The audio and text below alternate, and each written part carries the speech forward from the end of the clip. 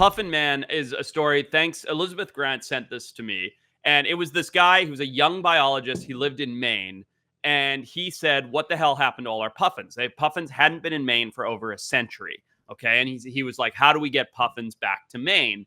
And this guy was like a like early 20s biologist, and he's like, "Oh, I'm going to take some hunting technologies, which is decoys, and put them out on these rocky outcrops and these islands in Maine, and see if puffins that are passing by, migrating puffins, will see this and recolonize this area that they've been expatriated from for over a century." And people were in fucking uproar. They were outraged by this idea. They thought it was just heinous. It was a terrible. Why? Because they were like, this will never work. This is bad science. This has never been proven. All the same shit that we faced when we talked about extinct or alive, and much more than that, all the same shit that every new scientist faces when they come out with something innovative and new and cool and interesting. And so he was so ridiculed by the scientific community that competitive / neighboring scientists even tried to get his permits pulled and stop him from doing this work, which was so incredibly harmless. And yeah, anyway, it was really interesting. So he put out these decoys. The decoys did work, and the population started to grow.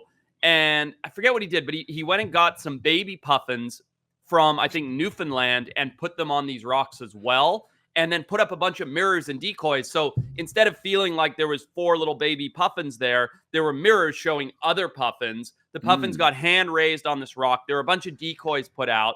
The puffins left and went out to sea for a couple years, as they do. It's part of their natural life cycle, and then returned with more puffins to that rock. And now an area that hadn't had puffins for over 100 years has 3,000 puffins, all because this sort of lunatic, air quotes, scientist was like, I have a plan to get puffins back. And it was a complete and utter success. And he was like ridiculed and belittled as being a loon for trying to do this. So vindication, baby. What was the reason that I might have missed it? What was the reason that they left the area? I think hunting or habitat loss. I'm not really sure, but they were expatriated. Puffins used to be hunted for their down and their bills. There was a time where people were collecting the bills of the animals and their eggs. So all Jesus. Like dude, do you know about like? Sorry, we can come back to the puffin thing. Do you guys know about like the big egg rush, like the global bird egg rush? No, I feel like I've heard of it. Yeah, what?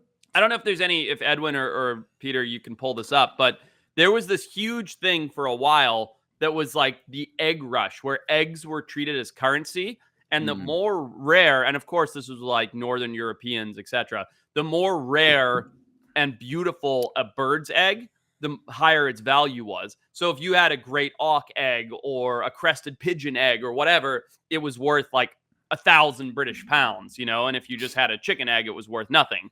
But there was just this like big rush, kind of like the gold rush, to collect bird eggs from around the world. And I know puffins were particularly targeted during that.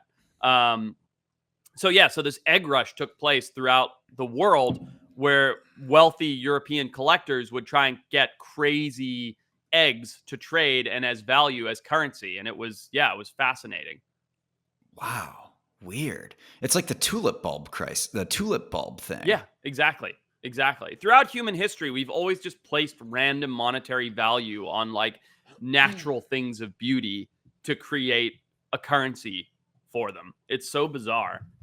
Really fucking weird. And it's weird that gold has always stuck around. Yeah, always. Yeah, it's always crazy. Held value. Very strange.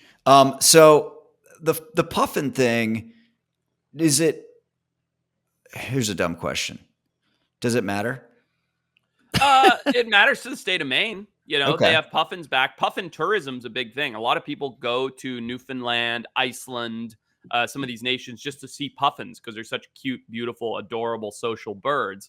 And so I think for the state of Maine to have puffins back is a good thing. And of course, it restores some semblance of balance, right? If you remove puffins from an environment, it's just like I always say that the big Jenga tower gets one of its blocks removed, you know, and if you can put that back, the Jenga tower gets stronger. So it matters a little bit, you know, in the sense of to the state of Maine, they now have puffins, and it's another colony for the puffins to reproduce and help keep their population up. Should we start a tour business where it's Fulmar based, foul ghoul based, and we take people people and they can actually get their faces puked on by a foul ghoul. It's a really good business plan because it's kind of like Feet Finder. It's for like a very it's for a very pervy, smaller population that just Yeah. wants to get Ralphed on by a stinky seabird. And, But they're willing to pay top dollar. Yes. Well, that's why my feet are on the internet, sir. No, I think And that's a your great dick. call. I think that's like we could call it extreme bird watching.